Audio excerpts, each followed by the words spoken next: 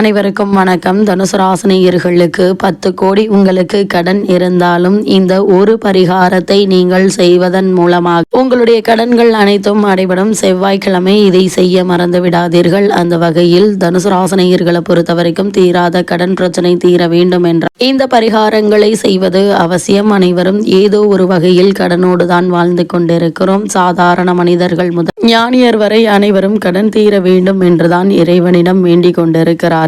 சாதாரண மனிதர்கள் பணத்தால் ஏற்பட்ட கடனை அடைக்க அருள் செய்யும்படி இறைவனை வேண்டுகிறோம். அதேபோல் பெரிய ஞானிகள் பிறவி கடன் நீங்க வேண்டும் என இறைவனிடம் வேண்டிக் கொண்டிருக்கிறார்கள். சிலர் கடனை அடைப்பதற்காக கடுமையாக முயற்சி செய்வார்கள். ஆனால் எவ்வளவு முயன்றாலும் எவ்வளவு சம்பாதித்தாலும் கடனை அடைக்க முடியாமல் கழுத்தை நெரிக்கும் கடன் பிரச்சனையுடன் போராடி கொண்டிருப்பார்கள். இப்படிப்பட்டவர்கள் சில எளிய பரிகாரங்கள் செய்து வந்தால் கடன் பிரச்சனையிலிருந்து விடுதலை பெற முடியும். அந்த வகையில் கடன் பிரச்சனை தீர வேண்டும் என்றால் என்ன செய்ய வேண்டும் என்று பார்க்கும்போது இன்றைய காலகட்டத்தில் கடன் வாங்காத மனிதர்களே இருக்க முடியாது என்பதுதான் யதார்த்தம். கடன் வாங்காமல் இருப்பதை வைத்து அளவோடு வாழ வேண்டும் என பெரியோர்கள் சொல்வார்கள். ஆனால் ஏதோ காரணங்களுக்காக கடன் வாங்கத்தான் வேண்டியுள்ளது. அது காலப்போக்கில் பெரிதாகி தீரவே தீராத சுமையாகியும் விடுகிறது. என்ன செய்தாலும் ஒரு பக்கம் கடன் பெருகி கொண்டே போகிறது என்பதுதான் பலரது கவலை. ஒரு பக்கம் கடன் வாங்கி மறுபக்கம் கடனை அடைத்து இப்படி எல்லா பக்கமும் கடன் பெருகி கொண்டே போகிறது என்று கவலைப்படுவர்களா?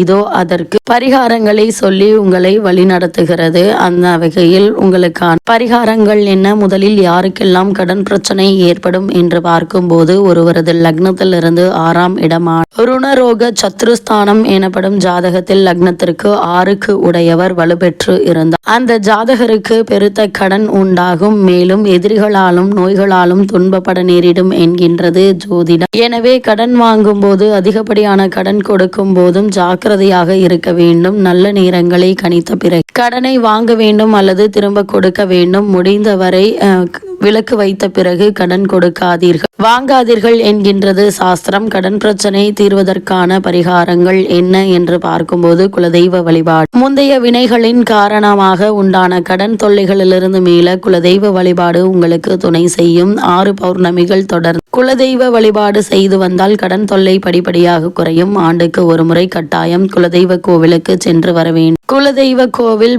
அருகில் இல்லாமல் அல்லது தூரமாக இருப்பவர்கள் அல்லது குலதெய்வமே தெரியாதவர்கள் 5 முக விளக்கு வைத்து நெய்யிட்டு தீபமேற்றி முடிந்த அளவு படையலிட்டு வழிபட வேண்டும். இப்படி 9 பௌர்ணமிகள் வழிபட்டு வந்தால் கட்டாயம் கடன்கள் அடைபடும். அது மட்டுமின்றி வரவேண்டிய கடன் பாக்கியில் இருந்தாலும் வசூலாகிவிடும். 2வதாக கோமாதா வழிபாடு. செல்வத்தின் அம்சமான கோமாதாவின் வழிபாடு உங்களை நிச்சயம் காக்கும். காலையில் விழித்த போது பசுமாட்டை காண்பது தீர்வு கொடுக்கும். மேலும் ஒரு முறையாவது பசுவுக்கு கீரை பழமும் கொடுப்பது நல்லது. திருமகள் உரையும் பசுவின் பின்புறத்தை தொட்டு வணங்குவது செல்வம் சேர வழிதரும். 3வதாக குளிகை நேரம். வாங்கிய கடனில் ஒரு பங்கை குளிகை நேரத்தில் அடையுங்கள். நிச்சயம் முழு கடனும் தீரும். அதுபோல குளிகை நேரத்தில் கடன் வாங்காதீர்கள். அடகு வைத்த நகைகள் வீடு வந்ததும் நன்கு சுத்தம் செய்து மஞ்சள் நீரில் போட்டு பூஜை அறையில் ஒரு நாள் வைத்த பிறகே உபயோகிங்கள். 4வதாக விநாயகர் வழிபாடு. கணபதியை அன்றாடும் விளக்கேற்றி வழிபடுங்கள்.